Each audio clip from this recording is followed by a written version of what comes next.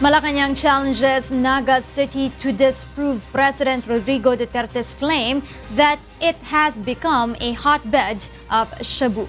This is in response to the City Council's statement refuting Duterte's remarks, which they found insulting to the residents' dignity. Presidential spokesperson Harry Roque stressed the president has the access to all intelligence reports. He also advised the local government officials to be receptive to criticisms. Patunayan nila, labanan nila yung mga nagbebenta ng droga sa Naga, patunayan nilang hindi talaga hotbed of shabu na shabu-free yung kanilang mga bayan. It should be constructive, particularly on the part of public officers. Officials of the Xiamen Airways have arrived in the country to apologize for the incident involving one of its air jets, which affected flights and thousands of passengers. But for Malacañang, issuing an apology about the incident is not enough. Joanano tells us why. The Civil Aviation Authority of the Philippines continues to determine the person who should be held liable over the Xiamen aircraft mishap that adversely affected the operations of the Ninoy Aquino International Airport. CAAP Director General Captain Jim Sinjonko says the Xiamen aircraft pilot and co-pilot are now under their custody for further questioning after their drug test results came negative. According to the Manila International Airport Authority, officials of Xiamen Airways have arrived to personally apologize to NAIA and to the thousands of passengers who were inconvenienced due to the incident. To date, airport officials have yet to release a statement about the ongoing investigations and the total amount of damages that they may demand for the incident. Yung data gathering is ongoing. And then in-establish mo yung mga ebidensya sa runway, paano ginawa yung evacuation. Kompleto ho yun. Meanwhile, the overseas Filipino workers who got stranded and are facing the possibility of losing their jobs has this to say. Nagpila po ako, ma'am, sabi nila, kukunin daw nila yung number namin. Tapos binigay ko. Hanggang ngayon, naghihintay pa rin kami, pero wala pa rin, ma'am. Pumunta nga kami, sabi na, kasilado, wala daw airplane pa. Sinabi pa walang airplane. Bakit? Sabi ko. Tapos sabi nila, yun nga, kansilado daw. O paano ito? Uuwi pa kami. Sabi ko, pinamasay namin, inutang lang namin. MIAA asked the airline companies to issue a certification that the stranded passengers can present to their employers in relation to their canceled flights. The Civil Aeronautics Board also urged the airline companies to probe the complaints relating to assistance that passengers should receive during flight delays or cancellations.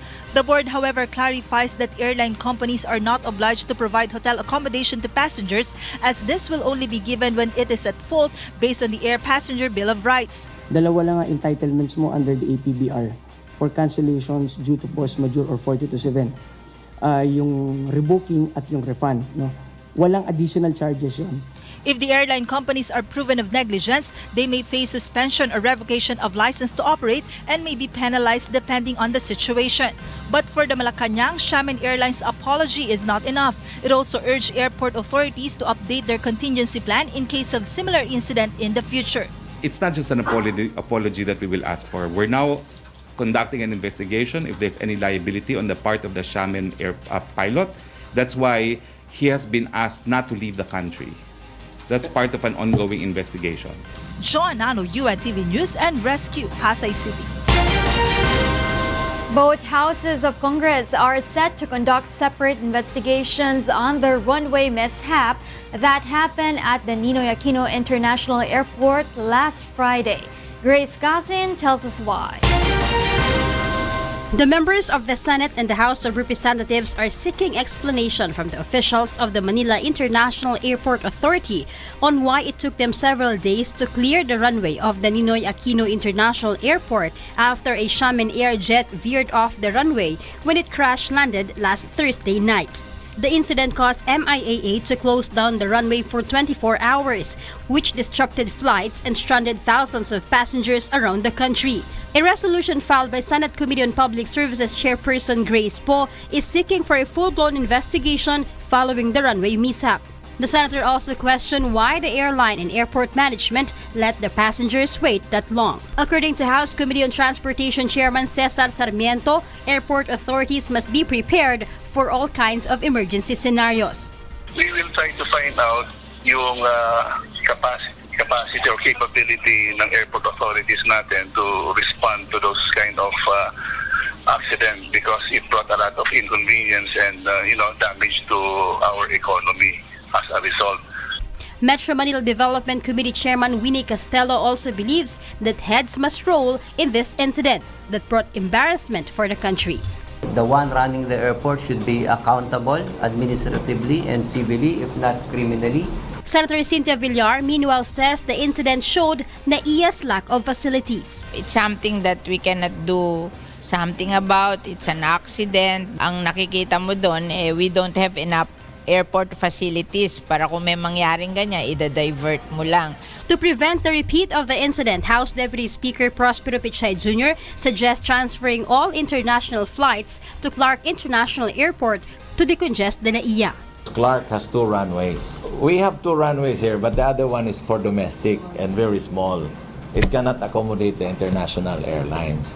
Last February, then House Speaker Pantalon Alvarez has given airline companies 45 days to transfer some of their flights to the Clark International Airport in Pampanga to address the congestion in the NAIA. But airline companies ask for a second extension, citing operation complications. That as early as July, we received communication from some airlines that they will not be able to meet the deadline as medyo complicated ang process sa pagpalipat to Clark. Grace Cassin, UNTV, News and Rescue, House of Representatives. The Manila Regional Trial Court has granted the request of self-confessed drug lord Kerwin Espinosa to remain under the custody of the National Bureau of Investigation. Judge Silvino Pampilo of Manila RTC Branch 26 sided with Espinosa's motion because of the risk to the latter's security if he is transferred to the city jails of Manila or Makati. Pampilo said the prosecutors did not oppose Espinosa's request. Last Tuesday, Makati RTC ordered the arrest of Espinosa after the Department of Justice filed charges against him of conspiring to engage in illegal drug trade with convicted drug lord Peter Ko. The high-value targets on illegal drugs of the Philippine National Police are now lowered to more than 1,000 from their 9,972 target last June. Victor Cosare will tell us why.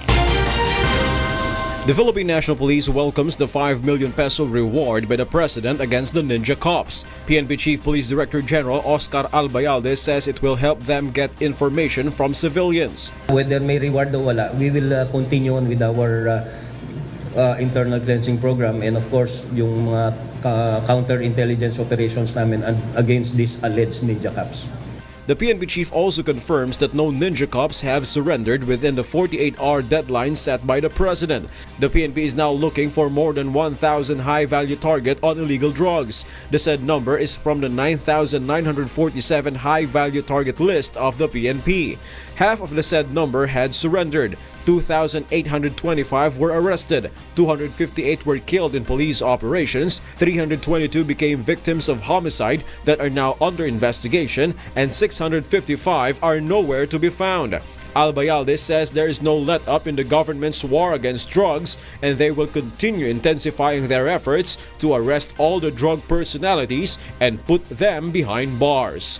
Victor Cosare, UNTV, News and Rescue, Philippines.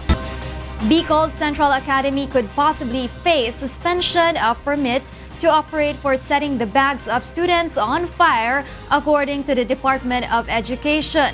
The Education Department calls on the parents to file formal complaints against the school administrator. Aiko Miguel will tell us why. A video showing several bags being set on fire in Bicol Central Academy in Libmanan, Camarines Sur went viral to social media this weekend. This was happening while the students were being chastised by the school's administrator. The school administrator is identified as Alexander James Haushan, a provincial board member of Camarines Sur and co-owner of the school. According to DepEd Undersecretary Ann Sevilla, the permit of the school can be suspended or cancelled, or that the school may be subjected to closure because of the incident. After the investigation, if we see that there's a violation in the provisions of the private school, including dito yung disciplinary action na dapat na ginagawa ng mga private school is we can review, assess kung dapat nating isuspend, i-cancel, or i-revoke ang permit to operate ng isang private school.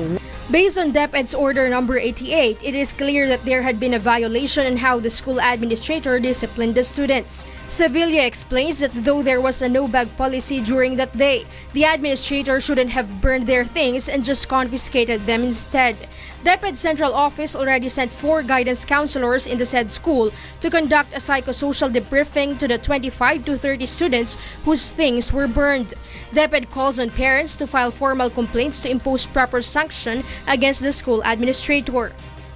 Sevilla adds that DepEd will not hesitate to have the administrator face charges once his accountability is established. So this is an opportunity for all the other parents in the school, we're not zeroing Picol Central Academy, but all other private school na meron po kayong experience or you have a case similar to this.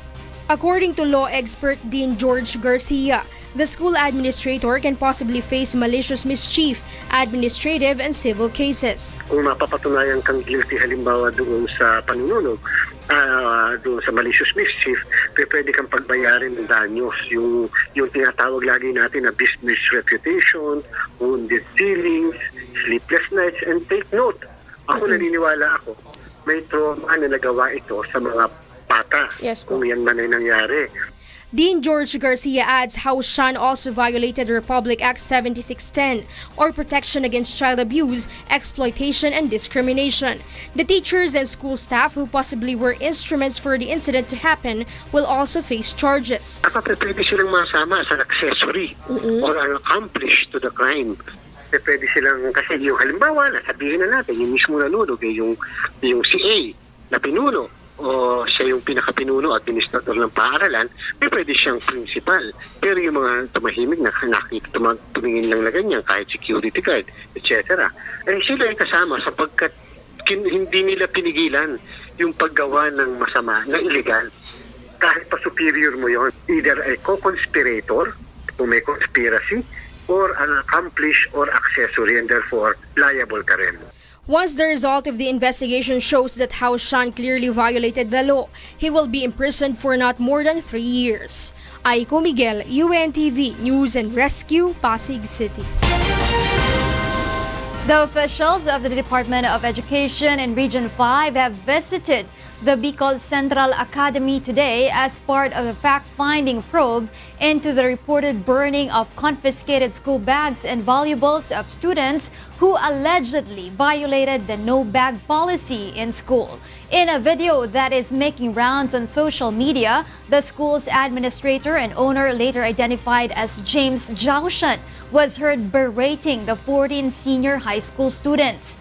DepEd 5 Regional Director Dr. Gilbert Sadsad says they have already asked the school administrator for an explanation about the incident. The students are also undergoing stress debriefing ahead of a dialogue along with their parents set on Wednesday. The southwest monsoon will continue to affect most parts of Luzon as it is being strengthened by 2 tropical cyclones outside the Philippine Area of Responsibility or PAR. According to Pag-asa, the typhoon with an international name Sulik is located at 1,510 kilometers east-northeast of extreme northern Luzon, while severe tropical storm Cimarron was estimated at 2,765 kilometers east of Luzon.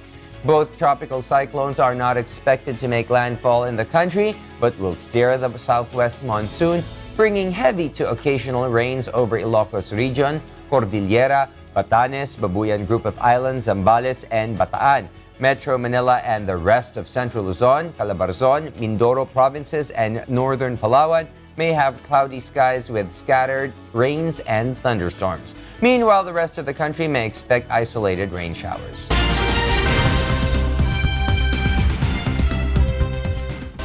And for the news abroad, various charity groups and aid volunteers are rushing to send relief assistance and medical supplies to areas in Kerala, India that were heavily hit with floods and landslides. Here's why from CAAP Dumaraos. Volunteers and charities stepped up their efforts on Sunday to help those affected by Kerala's deadly floods as boxes stacked up to the ceilings of makeshift donation centers were filled with food, clothes, and medical supplies. Incessant downpours since August 8 have caused the worst floods in a century in a southwestern state, and close to 200 people have perished in the rising waters and landslides. Crowds of volunteers packed boxes with food and medical supplies across Kerala, while others in Mumbai were busy sorting out large piles of donated clothes destined to reach flood-hit areas. We are running around 430 camps all over Kerala. Right now, as you can see, we are going with medical supplies to some 6 or 7 camps located in Kottayam, where people evacuated from Alapi and some parts of Chenganur are stationed. For this cause, we all decided to come together and help our brothers and sisters in need for the calamity that is happening in Kerala. So whatever little bit that we can do, we've tried our level best. Although torrential rains finally let up on Sunday, authorities fear an outbreak of disease among around 725,000 people crammed into relief camps. India's Coast Guard used helicopters to ensure that aid will reach communities cut off for days, with many still trapped on roofs and upper floors in desperate need of food and clean water. India's Prime Minister Narendra Modi surveyed the state from the air on Saturday and has promised an immediate grant of 5 billion Indian rupees. Kat Numaraos, UNTV News and Rescue. Meanwhile, buses carrying 89 elderly South Koreans who have been separated from their relatives by war over 6 decades set off from South Korean city Sokcho on Monday morning for family reunions in the Democratic People's Republic of Korea. They are scheduled to attend the first meeting of the reunions in Mount Kumgang after taking a brief break at Mount Kumgang Resort. The DPKK side will also host a dinner for the reunited families in the said resort. The 3-day reunion is the first round of such events in nearly 3 decades. Brazilian security is sending more troops to the town of Pacaraima after its president drove out Venezuelan immigrants back to the border. Meanwhile, Palestinians in the occupied West Bank are about to receive a special delivery of more than 10 tons of mail that were delayed by Israel for the past 8 years. Here's why from Beverly Saison. In Brazil, angry residents of a Brazilian border town, Pacaraima, ran riot and drove out Venezuelan immigrants on Saturday after a local restaurant owner was stabbed and beaten. The demonstrations forced hundreds of Venezuelans to flee back across the frontier on foot, and residents set fire to the belongings they left behind and blocked the only road crossing between the two countries. Roraima State Security Secretary said the outburst of anger was sparked by the robbery and severe beating of a resident in his home on Friday night. Brazil is sending troops and extra police to the border town. Venezuela has asked its neighbor to ensure the safety of its citizens. In Israel, Palestinians in the occupied West Bank are about to receive a special delivery. Mail, more than 10 tons of it, delayed by Israel for the past 8 years. Postal workers have been sorting through thousands of mail sacks in the West Bank city of Jericho for the past several days after Israeli authorities allowed the entry of the letters and packages from neighboring Jordan. Palestinian officials say the 10.5 tons of mail had been held in Jordan since 2010 because Israel would not permit their direct transfer to the Palestinian Authority in the West Bank. And in Africa, there were tears and fond memories at the Kumasi family home of former UN Secretary General and Nobel Peace Prize laureate Kofi Annan on Sunday, a day after they learned of his passing in Switzerland. He was remembered globally as a man who was dignified and humane. At home, he was an inspiration as the head of the family. Well, we knew the possibility was there, but he made it. And we were all, the whole family, this was an inspiration for the whole family. And we all prayed for him to be successful, and we also tell the children in the house they should emulate his achievements. Anand died in hospital in Bern, Switzerland, in the early hours of Saturday at the age of 80 of a short undisclosed illness. Beverly Saison, UNTV News and Rescue. Filipino-American NBA star Jordan Clarkson considers a blessing the opportunity to play for the Philippines in the Asian Games. However, Clarkson is not sure if he will be able to play for the Philippine team again in the future. Victor Cosare tells us why. NBA star Jordan Clarkson said on Sunday that he is honored to be given a chance to play in the Asian Games, but casts doubt about his opportunities to play for the Philippine national team in the future.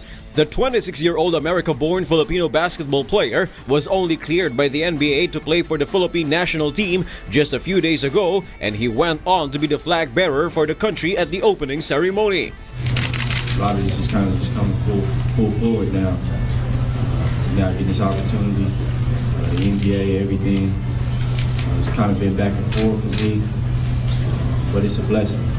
Having to carry the flag, it's all honor and a blessing. So. In a news conference on the sidelines of the games, Clarkson said he is not sure if an opportunity to play for the Philippine team like this would come again in the future due to his NBA commitments. I don't think so. Not right now in terms of scheduling stuff, but we'll see. Definitely have to talk to my team and stuff like that. So, but as of right now, I'm not sure. With the opening ceremonies done, Clarkson is ready to go to work. He has been practicing heavily with the rest of the basketball team since arriving in Jakarta, Indonesia. He is set to make his debut for the Philippines on Tuesday against China. Victor Cosare, UNTV News and Rescue. A hospital in Arizona, USA is expecting to receive multiple simultaneous maternity leave requests and has also begun to budget the absences in advance. Here's why from Robbie De Guzman. Was it something in the water? That's what some have jokingly wondered about the 16 intensive care unit nurses at Banner Desert Medical Center in Mesa, Arizona, who are all pregnant at the same time. The number of pregnant nurses came as a surprise and was only discovered when more and more hospital nurses were added to a pregnancy group chat. It was me and then found out one other girl. It was just the two of us. We're like, oh, this is so exciting. And then suddenly it was just another one and another one and another one. Some colleagues have stepped in to do jobs that pregnant women cannot do, such as dealing with contagious illnesses like tuberculosis and shingles, or performing some treatments for cancer patients. The hospital is expecting to receive multiple simultaneous maternity leave requests, but have budgeted for absences in advance. We all kind of formulated a plan to have the holidays off.